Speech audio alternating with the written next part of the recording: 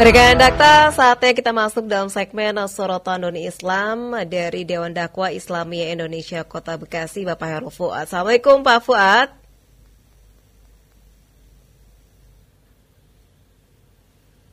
Assalamualaikum Pak Fuad.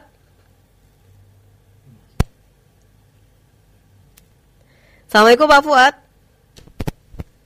Waalaikumsalam, iya Mbak Usi. Ya, jelas mendengar suara saya Pak?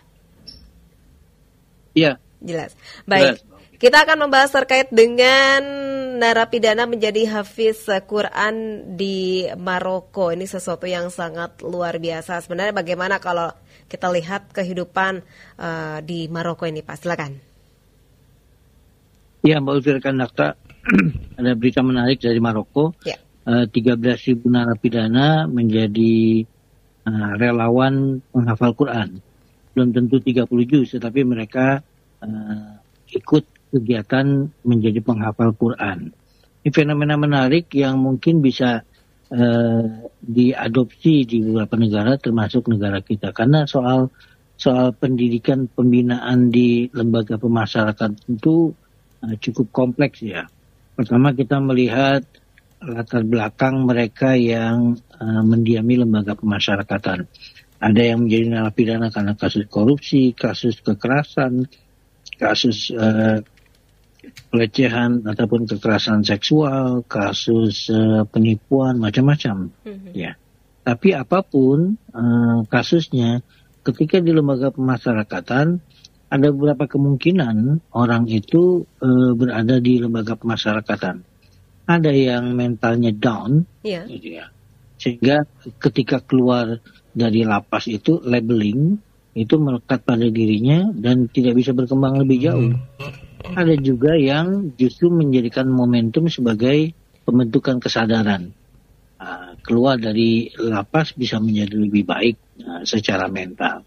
Ada juga yang orientasinya kehilangan pekerjaan, lalu kemudian ketika keluar dari lapas dia memiliki keterampilan baru. Tapi tidak menutup kemungkinan ada juga yang masuk lapas, ada proses learning, proses belajar yang salah. Yang tadinya lugu di dalam itu makin canggih cara berpikir untuk melakukan kriminalitas selanjutnya. Karena dia bergaul, berinteraksi dengan senior-seniornya yang mungkin juga punya pikiran yang buruk gitu ya setelah keluar dari lapas. Ada yang karena tidak punya pekerjaan, ada yang karena dendam, ada yang karena memang menjadi habit gitu berkali-kali. Nah, saya belum mendapatkan data, terutama di Indonesia, ya, bagaimana mereka yang mendiami lapas itu setelah keluar, ya, apakah labeling itu kuat? Gitu, artinya orang setelah masuk lembaga pemasyarakatan keluar menjadi lebih baik, menjadi lebih buruk, atau mengulangi lagi perbuatannya. Karena banyak kasus residivis gitu ya, mereka yang sudah jadi narapidana keluar, lalu kemudian melakukan kembali balik lagi hal seperti itu. Balik lagi. Maka jadi perbincangan antara hukuman dengan pembinaan ini seperti apa gitu. Nah, kita mendapat inspirasi misalnya di Maroko, meskipun di Indonesia sudah berlaku ya, sudah pernah dilakukan oleh beberapa rekan kita di lembaga pemasyarakatan. Tapi ini luar biasa, 13.000 narapidana ikut menghafalkan Quran gitu. Jadi kalau kita lihat yang namanya lapas itu kan proses resosialisasi. Kita mendapatkan sosialisasi dalam keluarga, masyarakat, tempat kerja, sekolah, tempat ibadah, dan masyarakat secara umum, nilai-nilai apa yang kita terima. Lalu kemudian kita mereka yang masuk lembaga pemasyarakatan, mereka harus belajar lagi. Ada keterbatasan, ada hal-hal yang mereka tidak bisa lakukan secara bebas. Ada lingkungan yang tidak bisa mereka pilih. Mereka harus menerima lingkungan yang sudah dilabelkan mereka ini narapidana semua. Jadi ada proses resosialisasi. Dalam proses resosialisasi inilah misalnya lembaga pemasyarakatan mengambil inisiatif pembinaan. Ini lembaga pemasyarakatan ataupun penjara kan disebutnya sebagai dilematis antara hukuman dengan pembinaan. Orang dihukum ya dengan harapan agar insaf, agar nanti setelah menjadi warga yang biasa ada keinsafan gitu ya. Jadi ada pemberdayaan, ada model pembinaan masyarakat itu yang sifatnya pemberdayaan. diberikan keterampilan agar keluar dari lapas itu mandiri. Asumsinya supaya mereka punya kesibukan, punya penghasilan, dan tidak punya pikiran liar untuk melakukan kriminalitas, misalnya pencurian, perampokan, korupsi. Gitu ya. Yang kedua, ada pendekatannya penyadaran, gitu, religius, agar tidak mengulangi lagi. Nah, ini mungkin bagi mereka yang urusan ekonomi tidak jadi masalah. Tapi bagaimana membentuk karakter bisa lebih baik, agar menjadi lebih baik. Yang ketiga, pembangunan mental. Jadi ada orang-orang yang tidak punya masalah ekonomi, tidak juga punya masalah keagamaan, tapi mentalnya hancur karena labeling itu. Masuk ke lembaga pemasyarakatan dengan lingkungan yang tidak bisa dia pilih, semua labelnya seperti itu, kan banyak tekanan gitu. Ya, kita tidak paham bagaimana kondisi di lapas di dalam. Nah, ada yang mungkin tingkat kebrutalan lebih tinggi daripada yang lain, bisa menekan, bisa mendominasi dan yang lainnya. Ini membuat mentalnya terpuruk gitu. Maka pendekatan macam-macam harus dilakukan.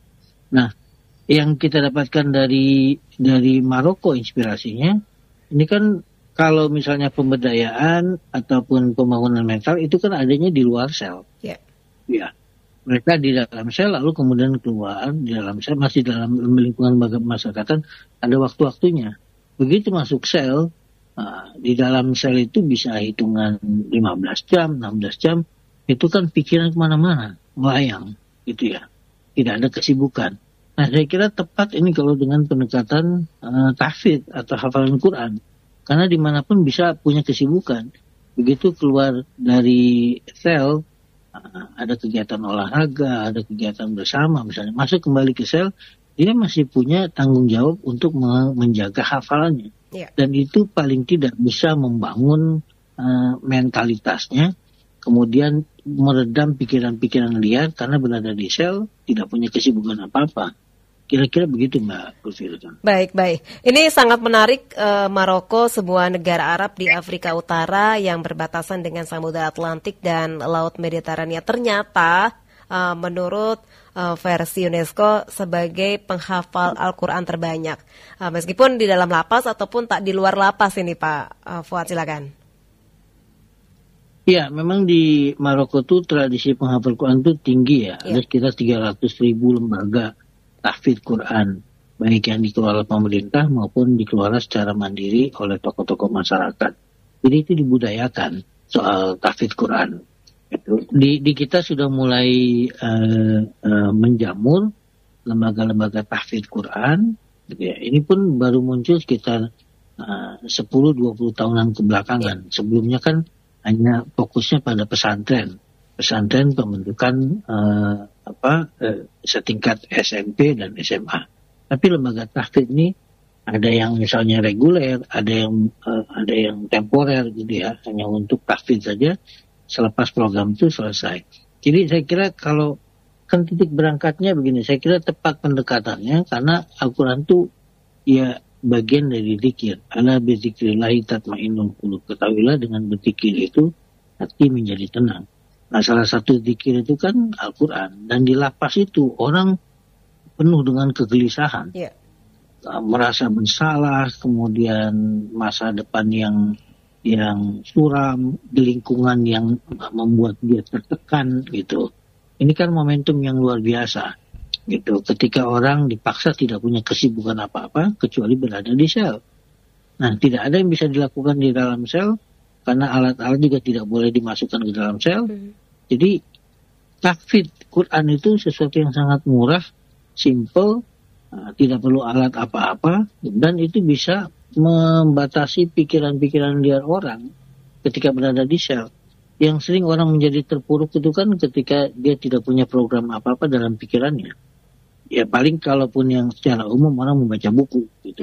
Tapi buku pun dibatasi kadang-kadang di sel itu. Nah, yang paling bisa diandalkan itu tahfidz Quran. Saya kira pendekatan bagi umat Islam ini luar biasa. Terutama bagi mereka yang belum bisa baca Al-Quran bisa dimulai. Kita punya contoh luar biasa, misalnya Angelina Sondag. Ya. Yang luar biasa. Lalu kemudian ya kasus tuduhan korupsi, masuk lembaga pemasyarakatan, dan keluar dari penjara itu sampai tahfidz 15 juz. Itu satu pendekatan, satu kesempatan yang luar biasa buat dia.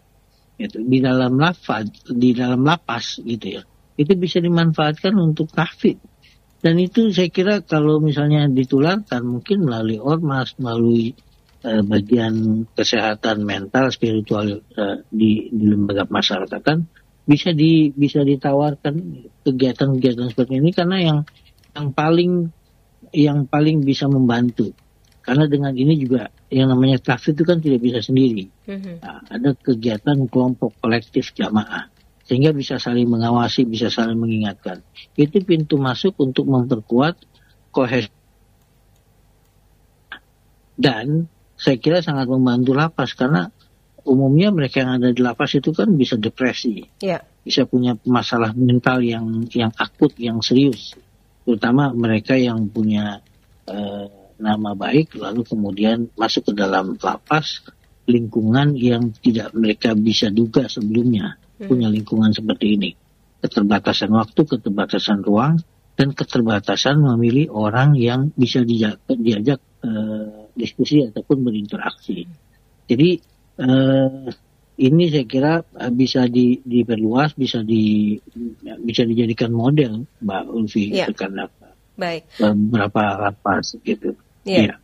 Baik, Pak. Tapi kan kalau kita lihat, kita mendengar istilah lapas kan sesuatu yang orang yang bermasalah, tapi justru di situ menjadi tempaan kita untuk lebih dekat lagi kepada Allah, kemudian lebih memahami lagi Al-Quran, kemudian mengaplikasikannya, kemudian bisa menghafalnya. Apakah kayaknya harus masuk lapas dulu untuk bisa orang berubah begitu, Pak?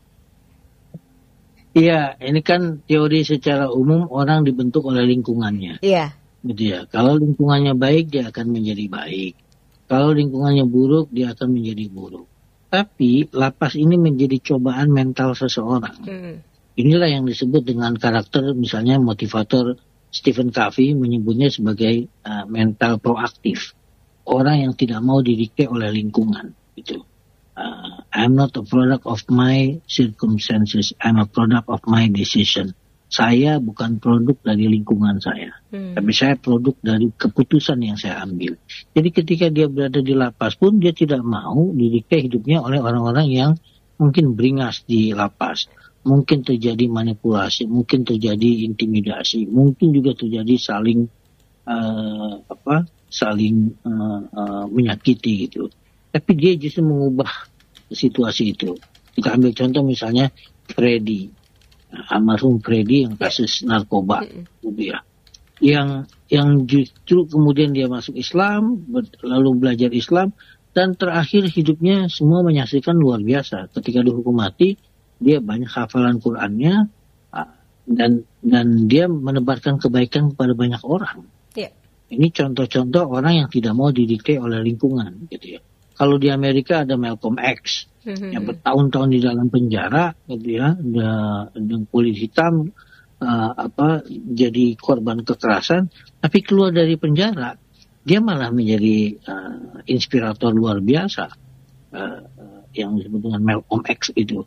Jadi ada banyak kepribadian-kepribadian orang yang kalau dibuka mindsetnya, dia tidak mau tunduk pada lingkungan. Saya kira di luar soal tahfidz ini, memang perlu juga diberikan motivator, bukan motivator biasa kepada mereka napi itu, agar tidak terpuruk mentalnya, gitu ya. Bukan cuma soal pemberdayaan ekonomi setelah keluar dari penjara, tapi yang paling penting ini kan mental.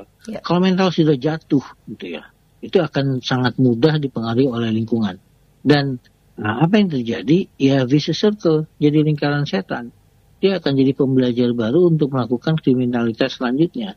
Contoh misalnya kasusnya pencurian, kasusnya perampokan.